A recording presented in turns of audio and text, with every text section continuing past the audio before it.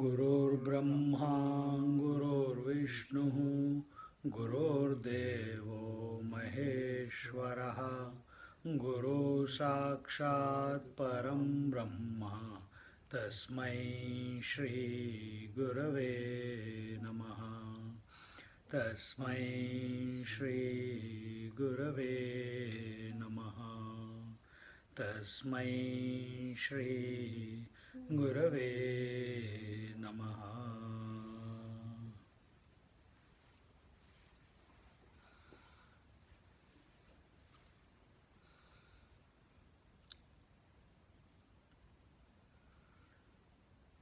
Man is what his convictions and beliefs are. That makes it his personality. So it is very important that our convictions are of the right kind. If we are convinced about the reality of the world, if we are convinced about the reality of the body, if we are convinced about ourselves as the individual, and man does not stop there. He continues further.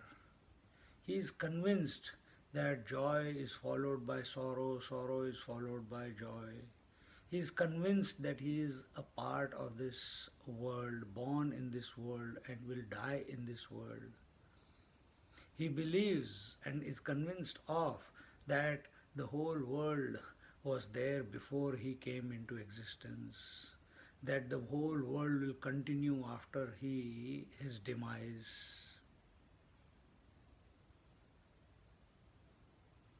We are convinced that this woman is our wife. We are convinced that one day we will die. We are convinced that this couple is our parents. And in this manner, from the time of birth till death, that is in this relative existence, man continues to become convinced of something or the other, entertains certain beliefs, certain conclusions, and that becomes his foundation on which he lives his life.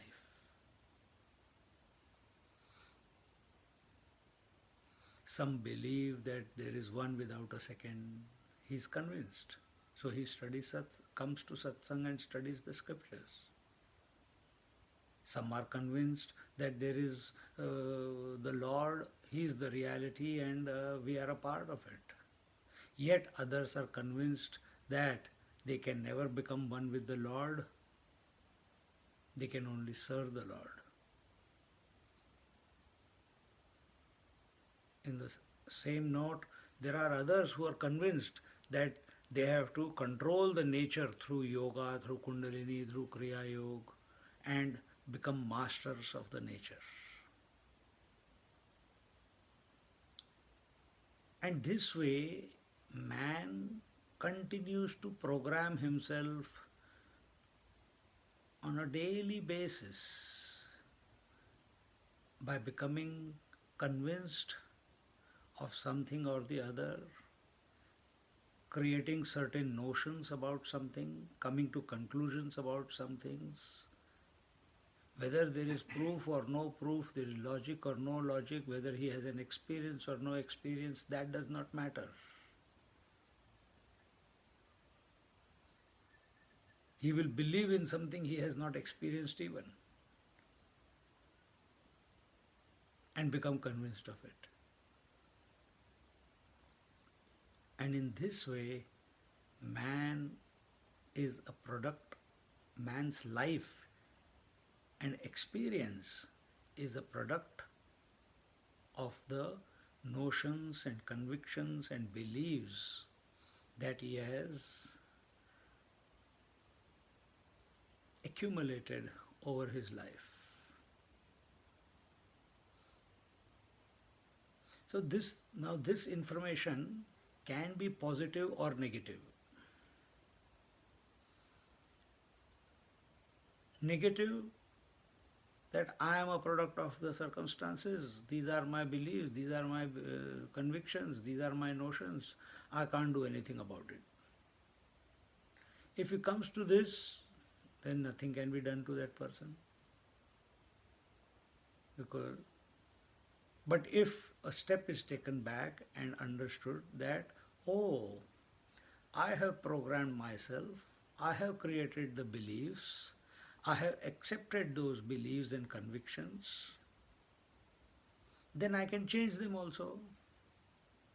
I can turn them around, I can shift, delete, I can add and paste, I can correct them.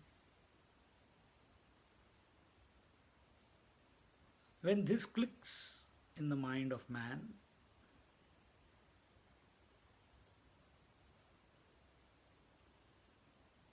then he is available.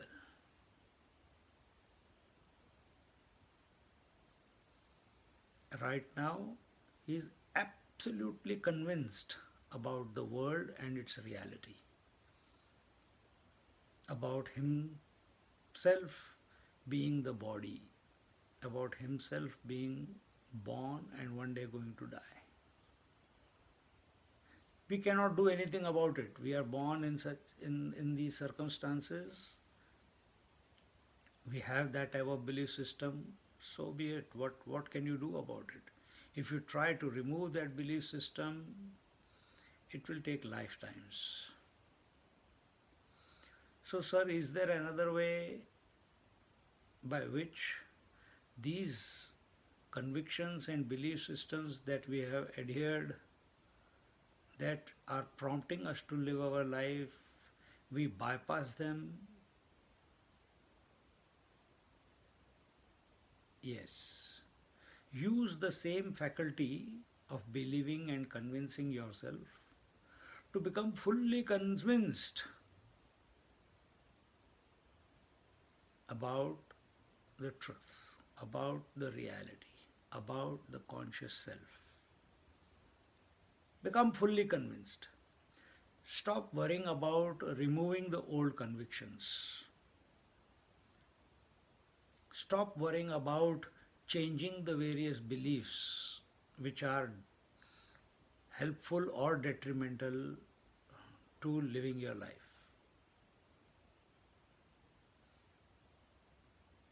Just make one decision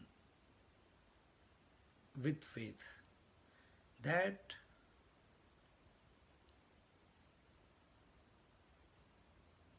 I am essentially the conscious self. If that is difficult, fall in love with the Lord. Fall in love with yourself as the conscious self, or falling in love with Lord is one and the same. Conclusion will be the same. How? Stop worrying about it. Nothing in life is achieved by first collecting data and then, no, it doesn't happen that way.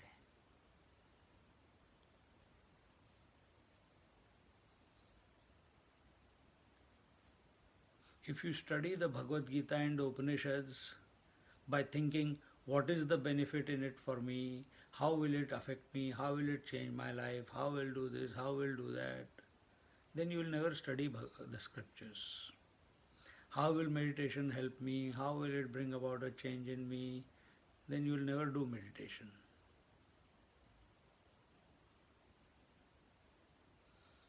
If you start thinking, how do I go to sleep? What happens in the sleep? Where do I vanish in the sleep? I want to find out because I don't want to lose myself.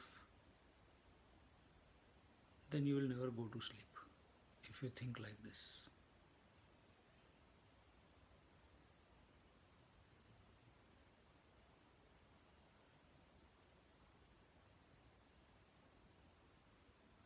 If you keep thinking in that manner, sleep will avoid you. Not you will avoid the sleep, sleep will avoid you.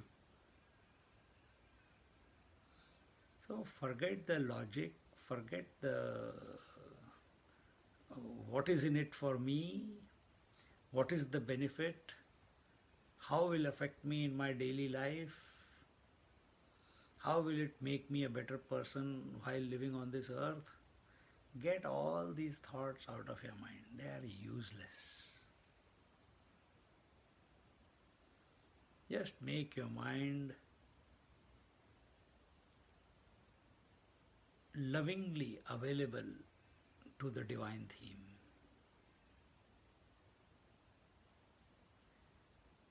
And rest will be taken care of. Divine has the capacity, the ability, the potential, the grace, the blessings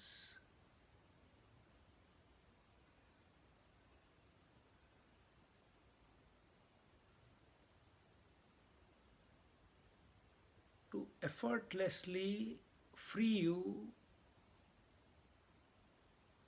free us, free the mankind from the trap that man has created for himself.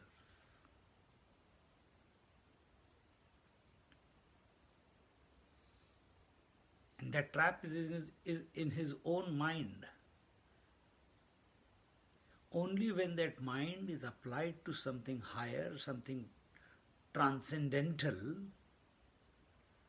then there is a possibility of transcending that trap.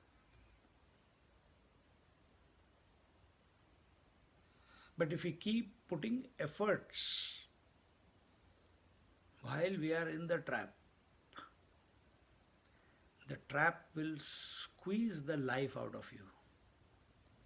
In other words, when we keep putting efforts in our relative life, in our worldly life, it will squeeze the life out of you, and one day, before even you know who you are, life is over.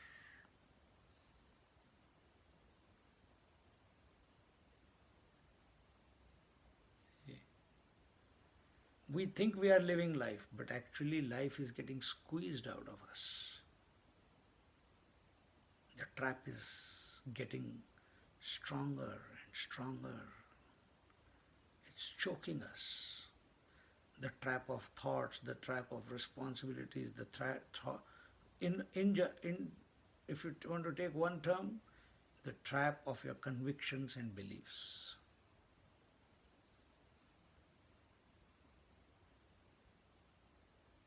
And we want to be free of it.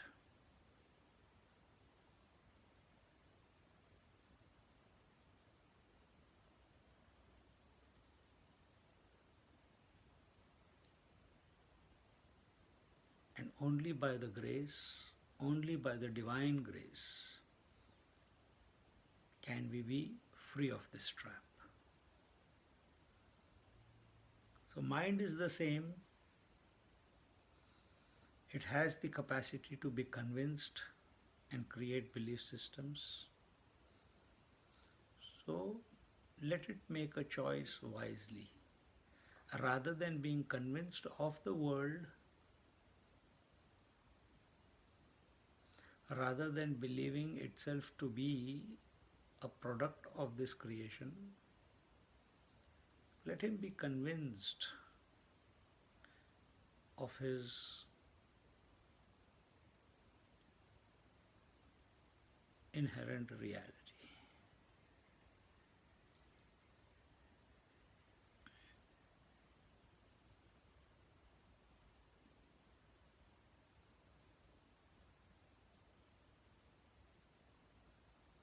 Let him, in spite of everything else, continue to suspect the presence of that reality in and through all activities, in and through all thoughts, in and through the breath, in and through every moment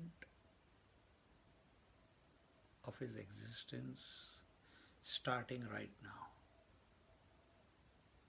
Suspect its presence.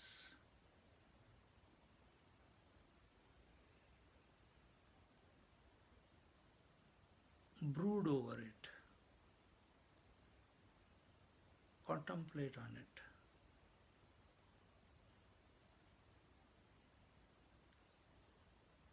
Be available to yourself, not the self as the body, breath, mind, intellect, but as the one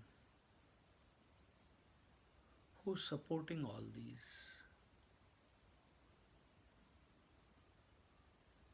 And that is your experience. That is your direct experience. Every moment.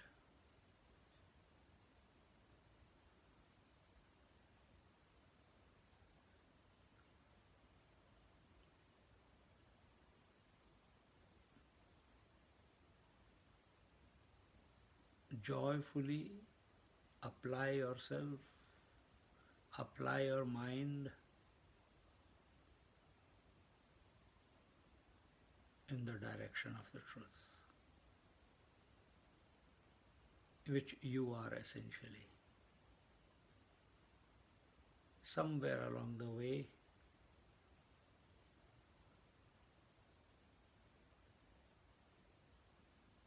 the distance between the mind and its source will vanish, and the mind will rediscover itself without a thought to be of the nature of the divine.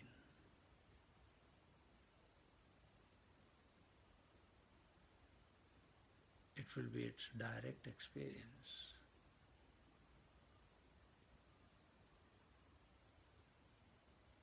Then there is no question of gain and loss, achievement and failure, hunger or thirst.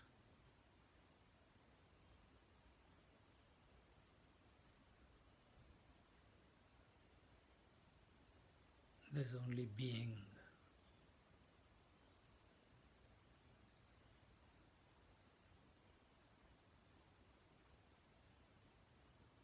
Then there is no seeking.